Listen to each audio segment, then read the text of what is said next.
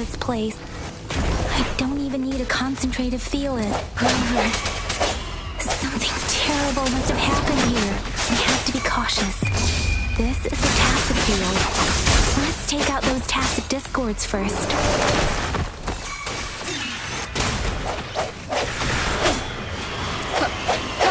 The end has come.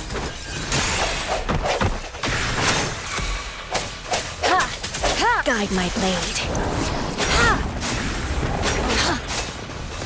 Swift and resolute.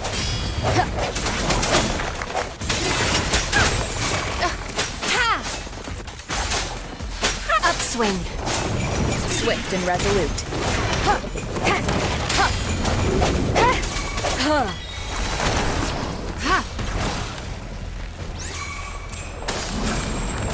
Guide my blade.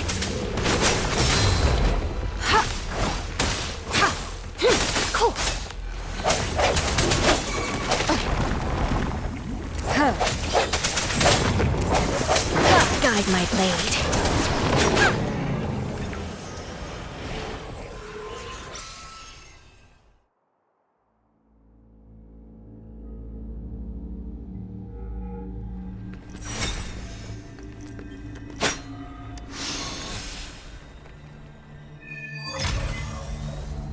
I think I found something, Rover.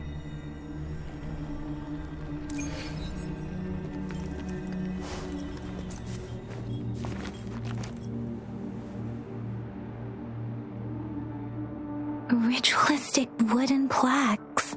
But why are they here? These plaques are usually placed in ancestral shrines, and they seem to belong to a different time. I remember reading about something like this. People held large-scale ancient rituals periodically in their villages, driven by certain beliefs. I see. Let's check somewhere else.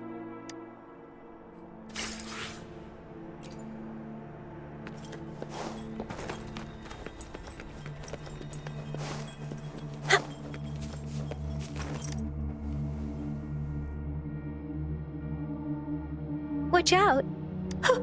Something's not right. Why wouldn't it attack us? Help! Help! Brother!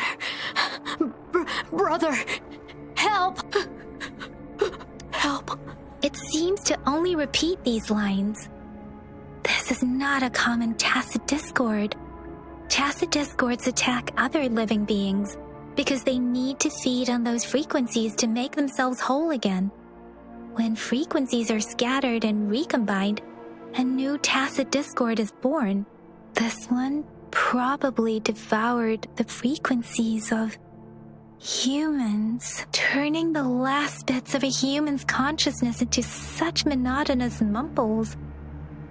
Are these words the last cries of someone innocent? Who is behind?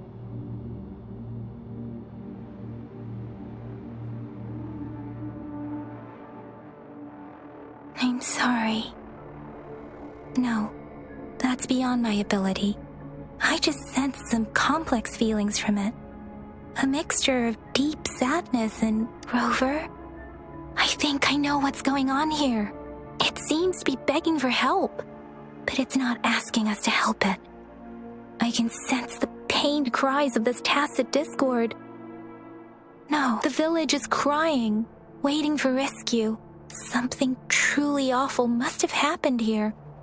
And that based on the evidence we've found and the condition of these ruins, that didn't happen all too long ago. I can still feel it in the streams. Perhaps the tacit field has kept this village from being discovered.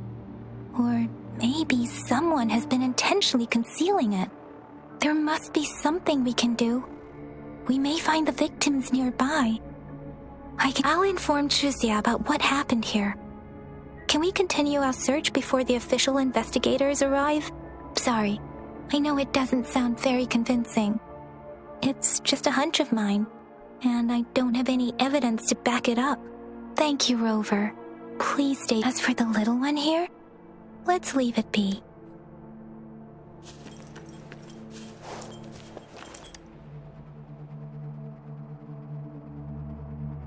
The area is a mess, but it doesn't look like a war zone. Look, there are many footprints here. Someone was injured.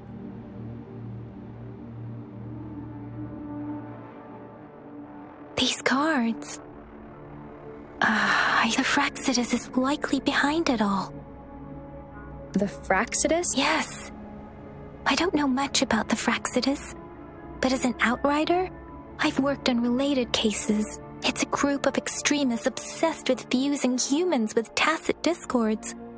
They've caused terror attacks of various scales around the world. Fusing humans and tacit discords. We've seen signs of their presence in Jinzhou, left by lower-ranked members called artificers. Above the artificers are the overseers, leaders with eerie abilities and unknown, and no one knows their true intentions. Some members speak of world destruction, while others claim they seek eternal power, and there is one particularly insane overseer, a man who sees no order and revels in destruction. I've seen similar cards in the physical evidence file of the Fraxidus-related case. They belong to this one overseer I'm talking about. They call him Scar. If he's responsible for what happened to these villagers, who knows what kind of cruel and twisted atrocity.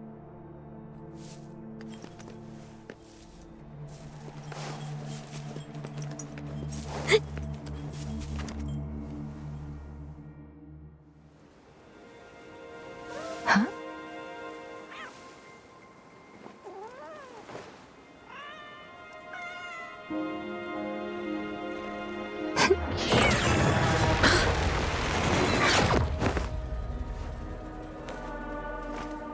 Guess you won't need my self-introduction. Oh, I spent...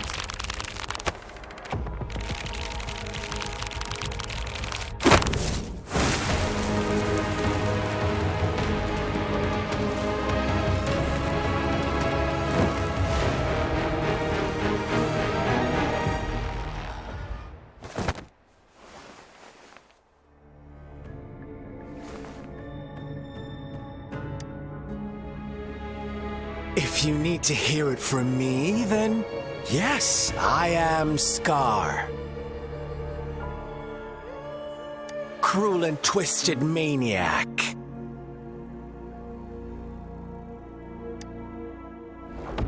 We deserve a meeting free of such disturbances, don't you agree?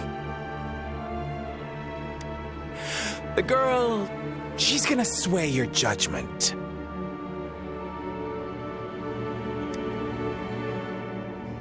Don't worry, I don't plan to make you hate me just yet.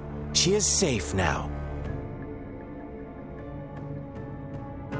Well, let's just enjoy our time together for the moment. Forget about that irrelevant person, will you? I have a lot to share with you. To begin with, I heard you've lost your memories.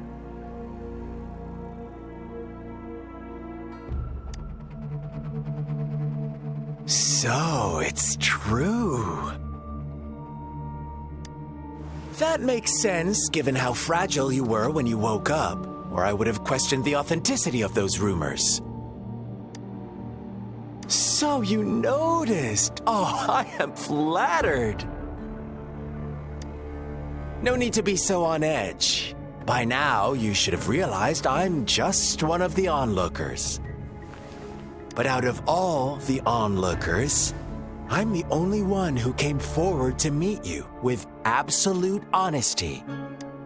Before you knew anything about this world, you were already the center of conflict. You are the unknown variable we've been waiting for. Forces have been fighting for possession over you. From the moment you opened your eyes, everyone you've met, including that girl you care so much about, they all knew how valuable you are. The world is a cruel place. You are a living, breathing person, but you're just a pawn to many. That's why I'm here. Because I see you as a dear friend, and I want to tell you the truth.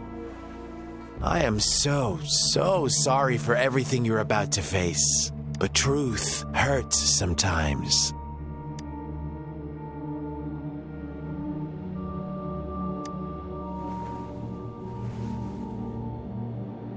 You could say I'm looking forward to your choice.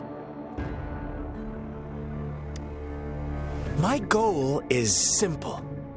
I just want to deepen our mutual understanding, nothing more. Come on.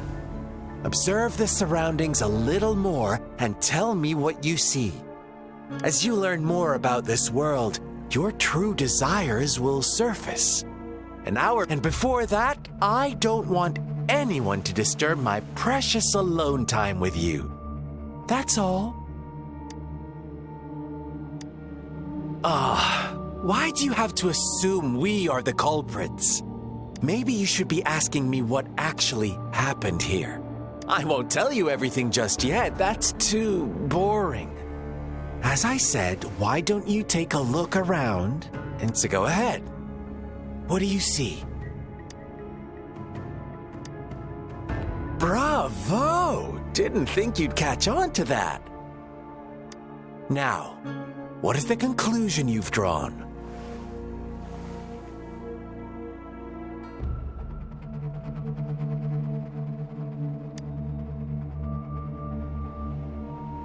I see you don't really trust those villagers. So they were right about you. You are indeed quite exceptional. I like it. Your keen observation, precise judgment, and accurate understanding of human nature. Let me give you a couple more tips. The truth is far more complicated than you think. First, who are the players in our tale? An innocent girl, a revered leader, and a flock of simple villagers. Next, what makes up our main plot?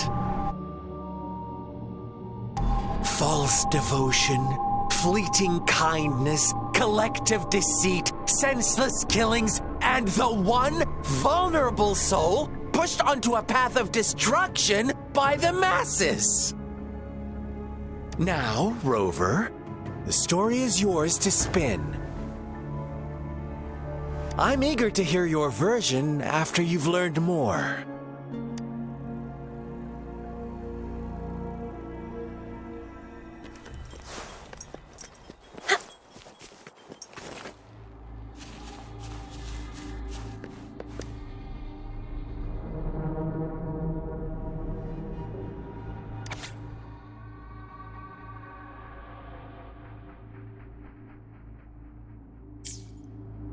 Our story begins here. Once upon a time, in a peaceful village, lived a flock of carefree lambs.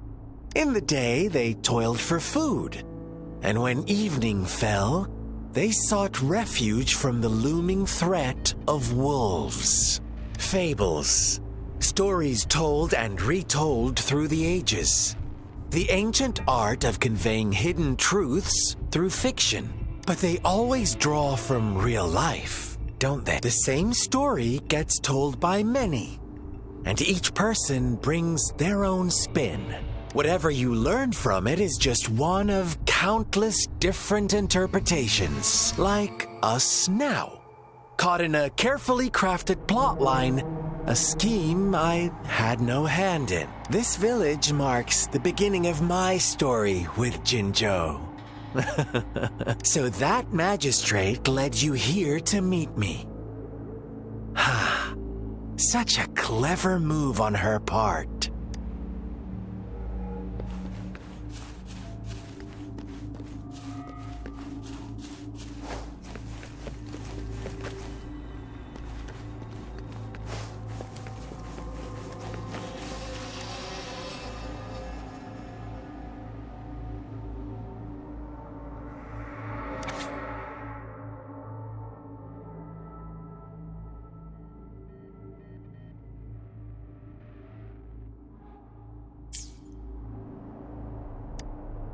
One day, a shepherd visited the village. The shepherd brought them promises of abundance and protection. The lambs, drawn in by his words, soon lived in comfort and security. Nope, quite the opposite. With a wave of his hand, the shepherd could grant their every wish. His flock obeyed, bowing their heads, pleading for better food and shelter. They no longer had to struggle for survival, as their once meager lives were replaced with endless luxury. The flock worshipped their shepherd-turned-god, praising him and holding him in the highest regard. What's wrong? Does my story make you uncomfortable? Imagine you were one of those lambs, facing irresistible temptation and pressure from your peers.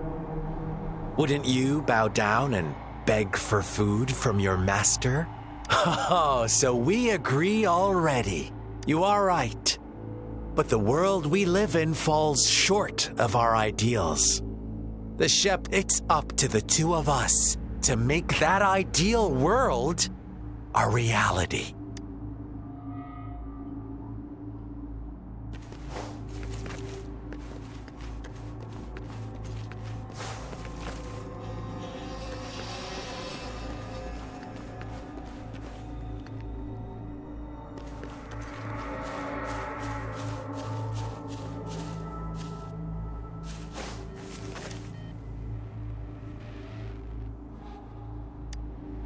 The lambs reveled in endless bonfire parties, celebrating their new god every night. As each night passed, it was the only one to notice how its flock was dwindling away. Rover, do you think someone would give you what you want without taking anything from you? I once believed that too. Thought as long as I paid a high enough price. But true equality is scarce. Always has. The world was never a fair place.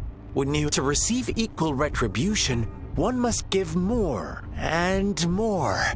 And when every wish comes with a hefty price, people weigh their options carefully. When they can make someone else bear the price, they all rush to make more wishes. They don't consider they too may one day pay for another's selfish desire. Funny, isn't it?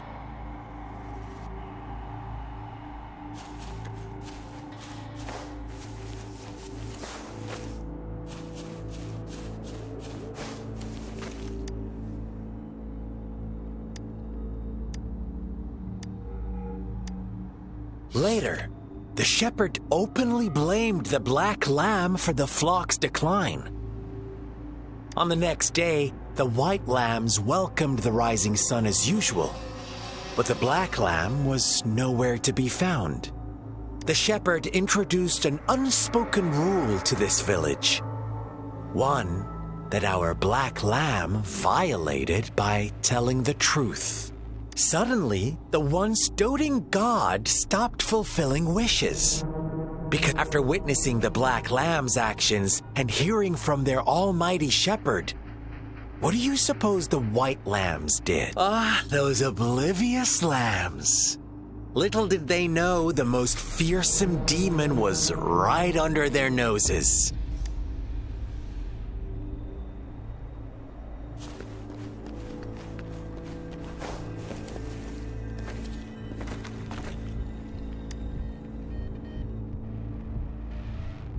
Well done. You didn't let any details slip. Now, I wonder, what is your takeaway from this story?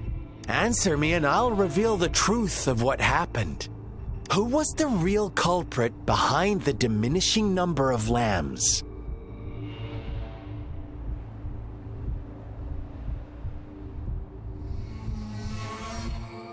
Indeed, the direct culprit was the shepherd. He held all the power, fulfilling wishes at a price. The lambs knew the risks, Yet, unfortunately, in the face of such temptation, they disregarded all the hidden risks, as disaster had yet to befall them. If they were given another chance, I believe they would still choose the same path. Inevitably, they accepted their fate and paid the price when their time came. Now, my second question. What price did the lambs pay for their wishes? Of course, as always, life was the most valuable thing they had to offer. Here's my final question. What happened to the black lamb? Don't rush, Rover. What is the truth you've uncovered?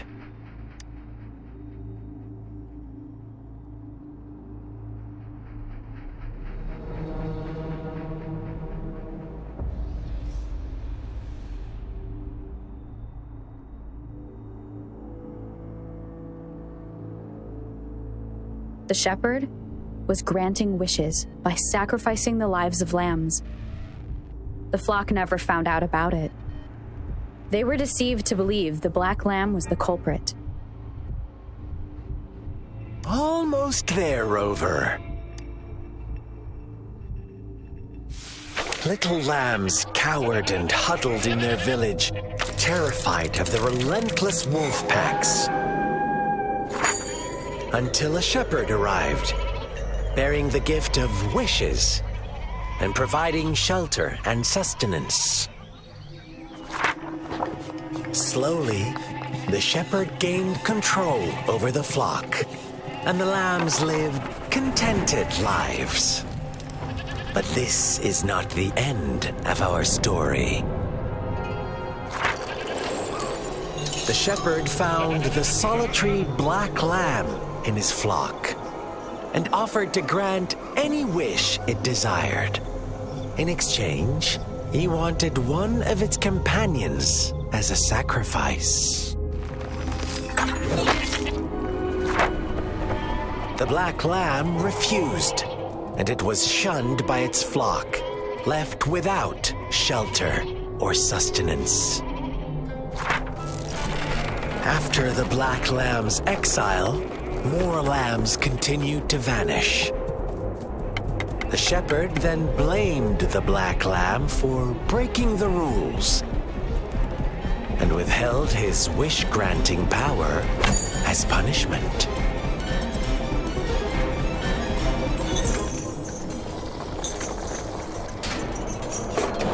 From the very beginning, the lambs knew the risk of making wishes.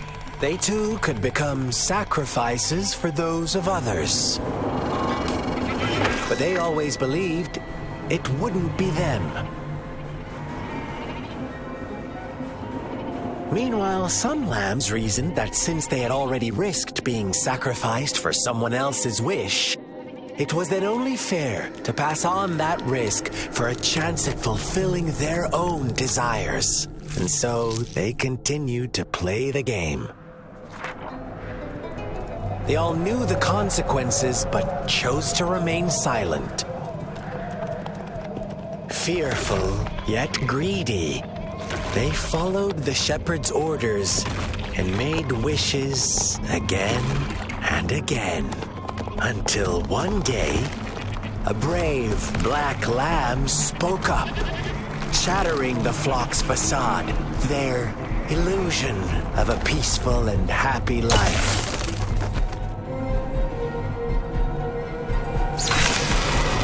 The black lamb got in their way, and that of the shepherd's greedy pursuit, sparking hatred in their hearts.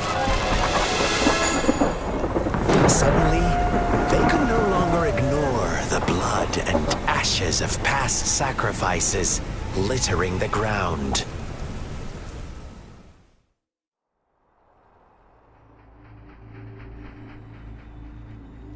How do you like my story, Rover? What really happened here? I suppose you already have it figured out? The black lamb who rebelled against the rules, and the white lambs who succumbed to their greed.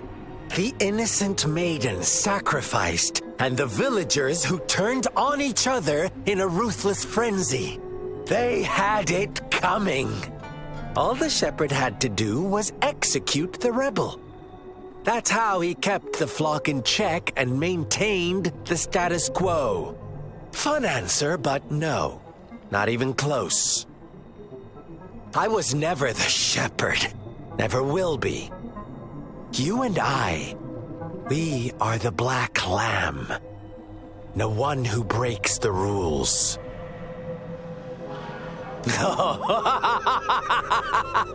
Interesting, Rover.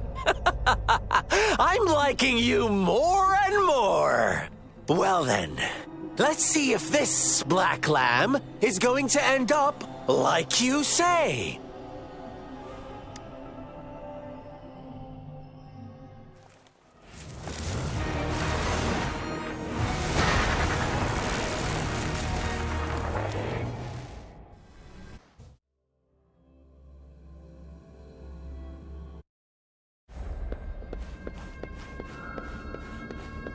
Welcome to the realm of endless chaos. Now is your time to think, Rover. What is the right path to take?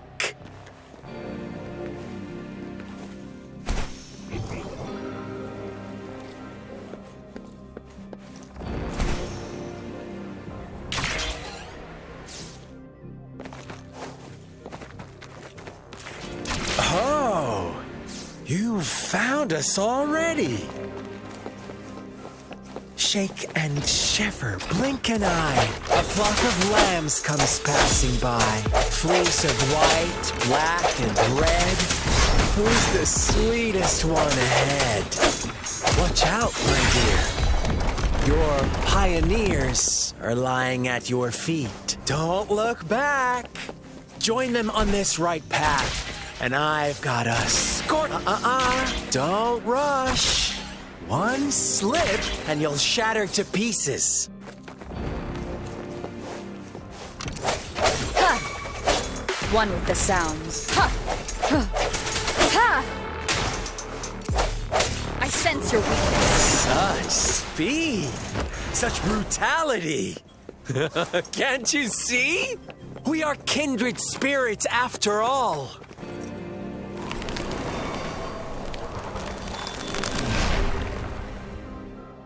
Tell me, do you want to be the rule-setting shepherd or the rule-breaking Black Lamb?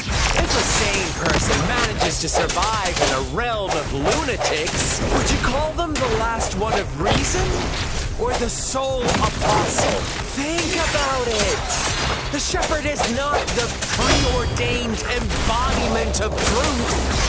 Once he is gone for good, the Black Lamb can reclaim the trust of its herd.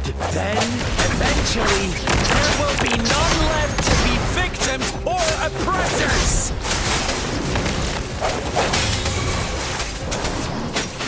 Ha! Ha! Ha!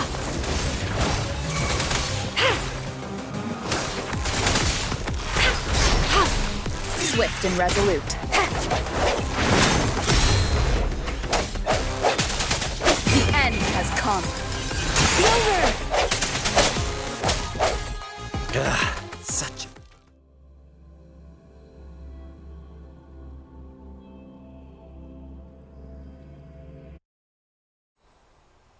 Rover? Rover!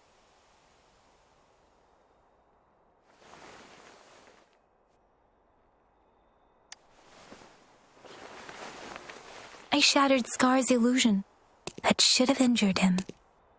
Oh! Should I thank you for showing me mercy? Stay away from her!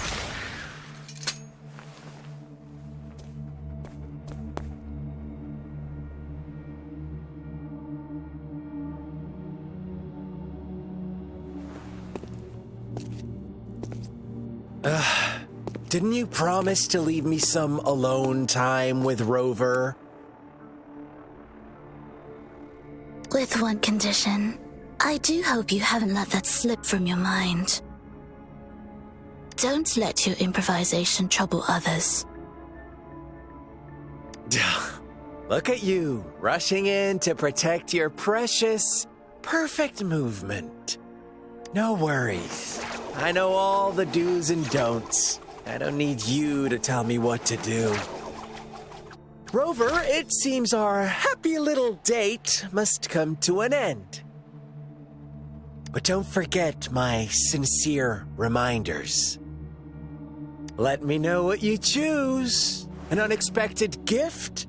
An honest and open exchange? Or a highly risky gamble? The choice. We'll meet again in the not-too-distant future. They're gone. Should we go after them?